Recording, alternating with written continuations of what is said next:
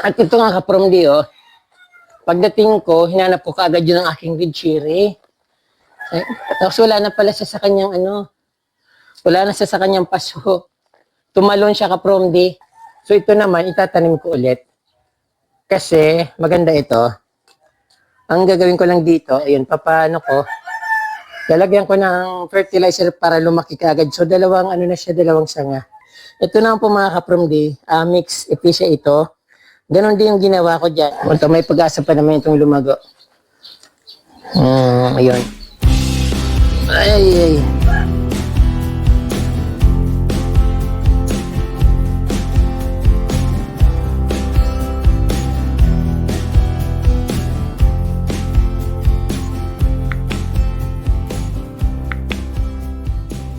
Hello mga ka-from di, magandang umaga sa inyong lahat at welcome back sa Certified From the Channel. Ngayon po ay back to gardening na naman tayo dahil medyo humupa yung ulan. So almost araw-araw po umuulan dito kaya hindi ako makapag-ayos ng aking halaman. Napakarami ko nang ayusin dapat at dapat bunggang-bungga na yung garden ko dito sa likod ng bahay.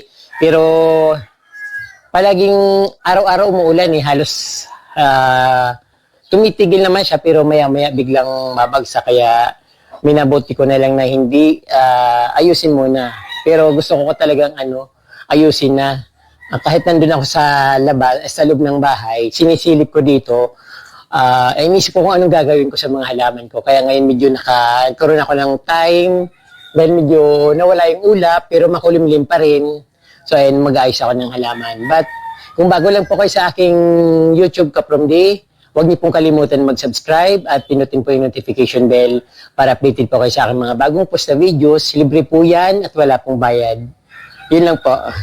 Tara at mag-gardening na po tayo mga ka-from di.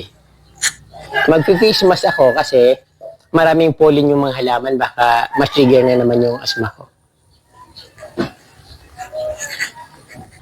So ito ka-from di, anong tawag dito? Pandakake na variegated ito, pinutol ko na kasi nawala yung dahon tapos puro maraming sanga pero walang dahon kaya pinutol ko yung mga dahon niya para yung ibang sanga para magtalbos ulit.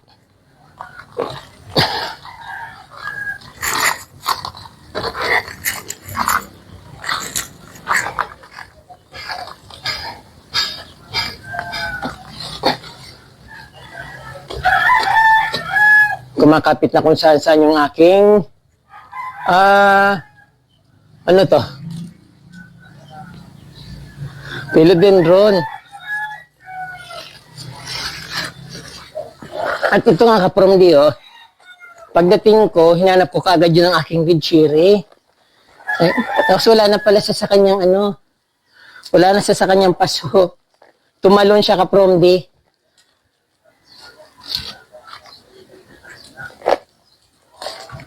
Ayun. Sayang marami siyang marami siyang ugat, sayang. Kaya lang, doon sa sa ground. Putulin ko na lang. Ayun. So, ang taba niya, ano bang gagawin ko dito? Kasi, sayang to, grabe, ang ganda nito ka-from di. Ayun o. Mahal-mahal ng red cherry. Ano bang gagawin ko? Ilulubog ko na lang yung niya dito, yung pinakapuno niya. So, tatanggalin ko muna yung mga dito. Tatanggalin ko muna yung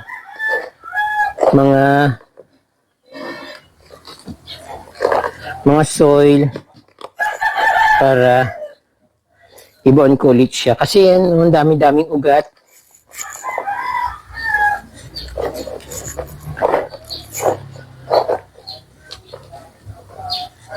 Nung pandemic ka-from di, grabe ang mahal nito. Ito yung binigay sa akin ni Sir Tony. So baka sabihin ni Sir Tony, nakalimutan ko na siya, hindi ko na siya ina-appreciate sa pagbigay niya sa akin ng red cherry. So binigay niya ito sa akin, ang liit-liit at naparami ko na nga ito ka-from di. Kaya lang nawawala siya palagi. So ayun, ibabaon ko na para bago dumating yung ulan, ay okay ng lahat. Yung mga ugat niya kasi Ang dami niyang ugat.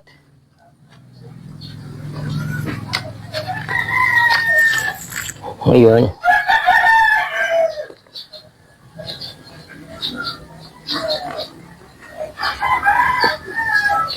Tanggalin ko kaya itong isa. Para maitanim ko. Ayun. So, ito, sana ano to, magtalbos para madagdagan ulit. So, yung tinanggal ko na soil, ibabalik ko lang ulit dito. Ang gusto ko lang naman maging maayos siya.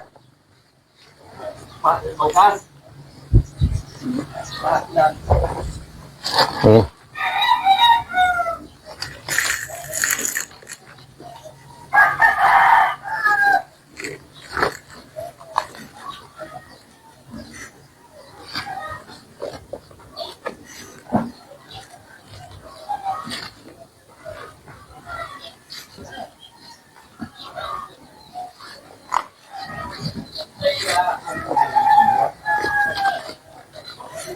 Medyo kulang yung lupa ko.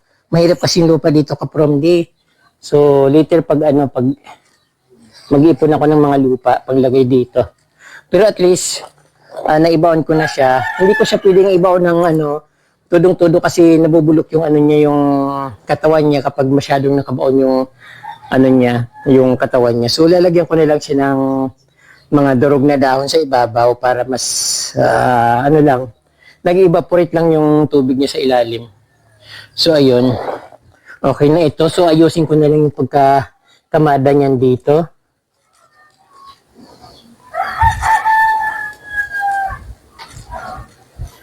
Mamumulot ako ng mga ng niyog para ilagay ko dito yung tawag doon? Mga balat ng niyog. Yung bunot. Meron pa ako dito ka-Promdi.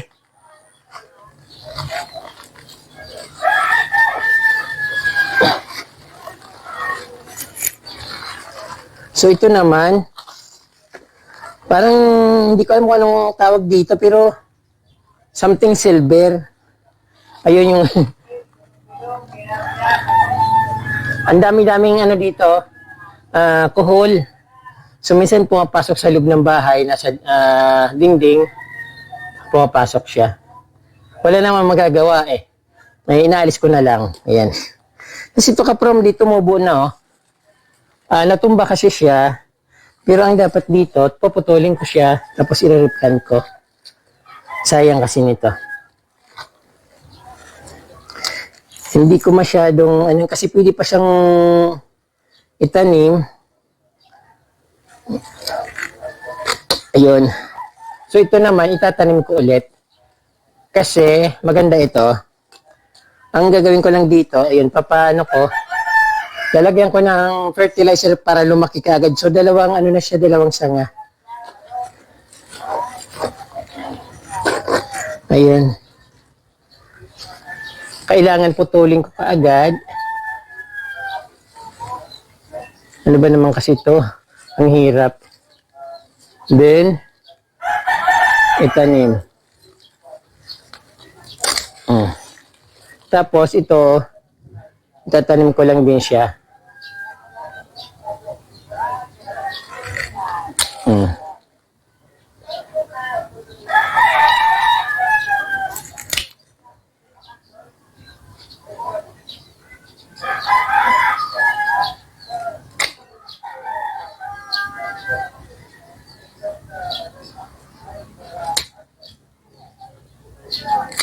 Ayun. So at least dagdagan yung aking ano ba tawag ito? Arashi.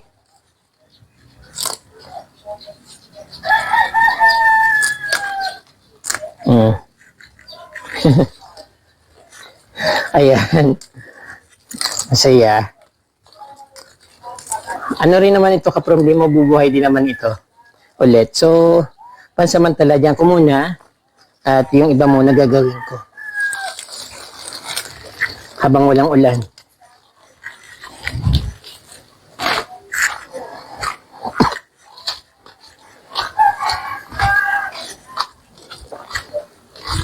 So ito kapromdi. So ito naman kapromdi yung pink na ephesia. So masyado siyang ng ulan, hinalukay ng ulan yung ano niya, lupa, tapos siyempre nasisira siya dahil na ano sa tubig, na babad sa tubig, kaya ayusin ko rin siya. Ito na po mga kapromdi, mix ephesia ito. Ganon din yung ginawa ko dyan, kaya lang, ayun, pareho din sila na ano ng ulan, na nasobrahan sa tubig, kaya nagkaganyan, pumayat, nalanta-lanta na.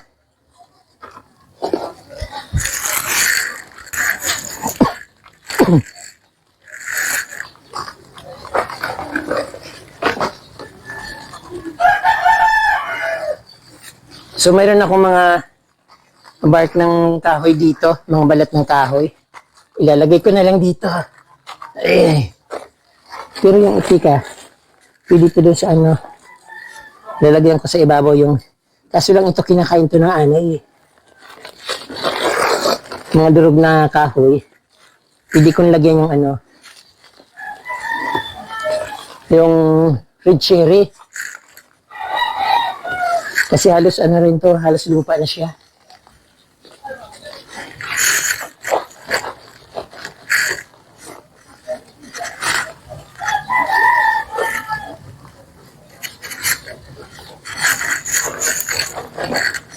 So, at least tatakpan yung mga ugat niya.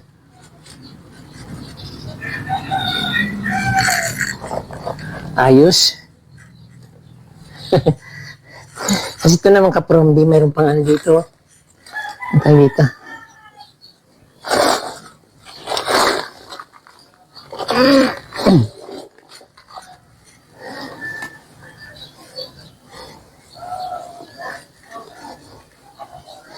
Meron pang caladium.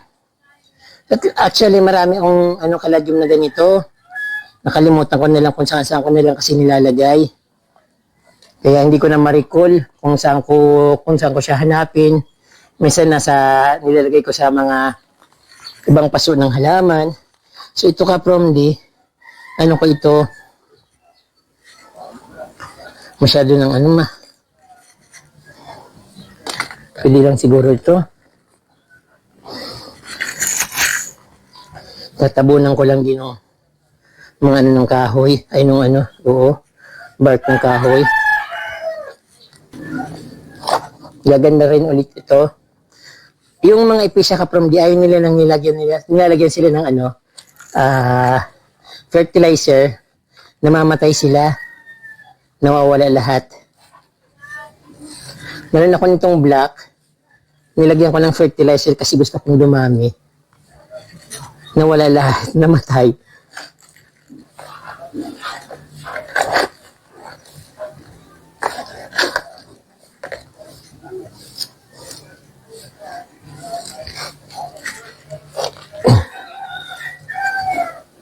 Masyado na kasing matigas kaya ang gaganda ulit ito. Tsaga-tsaga lang. Meron yung maliliit Ay naku, sayang nadurog pa. Yun na nga lang pag-asa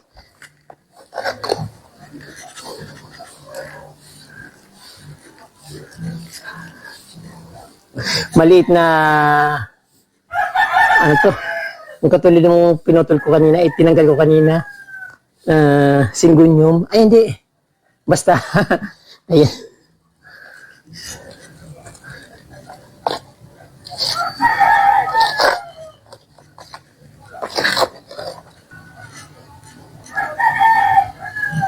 Kusa naman siyang dumadami. Pero gusto nito kapromdi, hindi masyadong medyo tuyot ang lupa na gusto nito. Pero hindi naman yung kasi madali rin itong mamatay pag nasobrahan sa tubig, pag nasobrahan sa pag natuyo masyado. Ito na siya, antayin ko na lang lumago ulit, pero dapat ilagay ko muna sa medyo tuyo, medyo yung hindi masyadong naulanan para hindi ma-overwatering.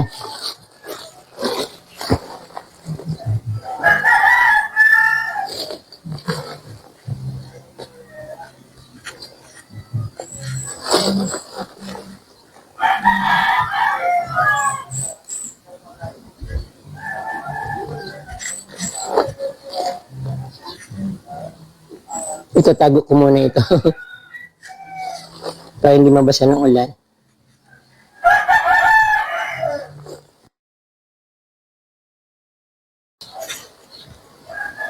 Okay. Tapos na yan. Ay!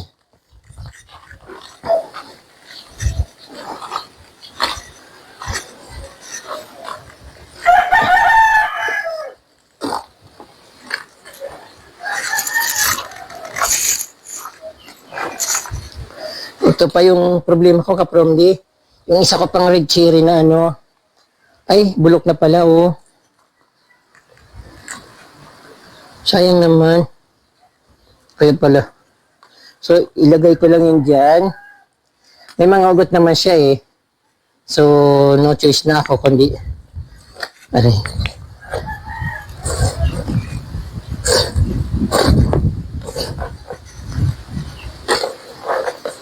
So, ayun, itutusok ko lang ito dito. Tapos, meron pa naman siyang ano. Tapos ito, yung puno niya, kasi meron pa siyang ano, pili pa itong mabuhay. Buhay pa yung pinakapunaw niya, pero dito naputol na, bulok na siya. So, lalagyan ko siya ng mga bark. Ayan.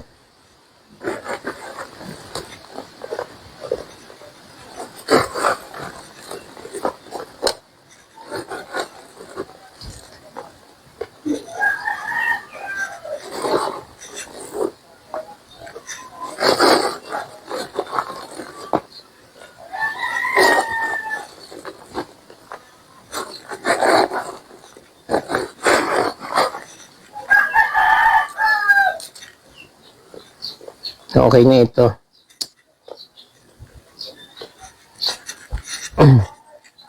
Mag-trim-trim na naman tayo. Kung marami akong problema dito.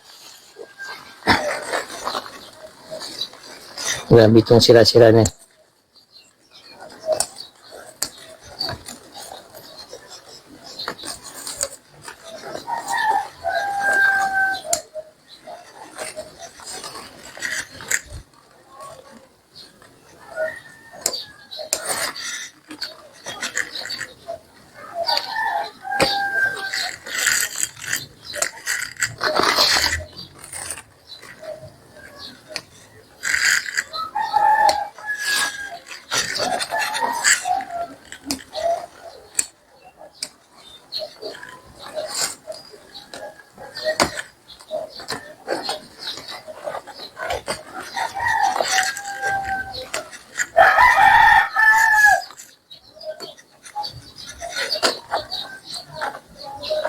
Ito, may pag-asa pa naman itong lumago. Ayun. Ay.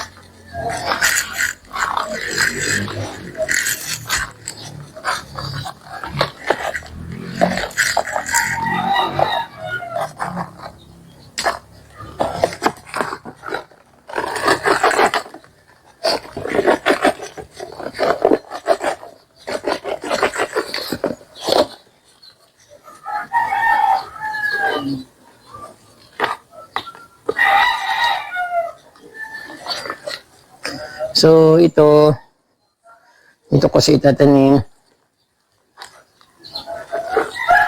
Ayun.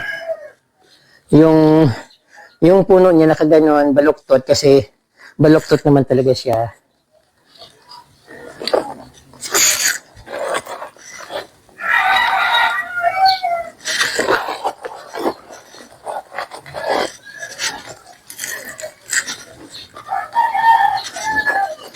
So, madali itong makaka-recover ka-from kasi malamig ngayon tapos maulan din. Ayan. So, ayun na po ka-from ang aking ginawa. Marami pa akong gagawin pero gusto ko ayusin muna ito dito para hindi makalat. Ayan, nakikita nyo naman gaganda ng mga halaman ko dito. Yung red cherry ko na gawang ko ng paraan. So, ayan. Sana makarecover siya. Then, ganun din yung mga ephesia na nilagay ko dyan sa planggana. Yung mga bago kong tanim na pinopropa. Ayan. Ayusin ko sila dyan para maging maganda ulit ang aking backyard garden. Mga ano ko dito, philodendron. Tapos yung ano, gloriosum na pabayaan na yung aking mga likwala, binawasan ko yung dahon, tapos ito para umano na siya, gumanda siya para mawala yung hindi siya matumba just in case na lumakas yung hangin. Tapos ito, kapromdi, kailan ko lang ito pinutol, ay bumalik na sumasanga na ulit, pero kailangan ito na initan siya at ilalagay ko siya sa may bandang initan. So, ayan po kapromdi, ayusin ko muna siya dito.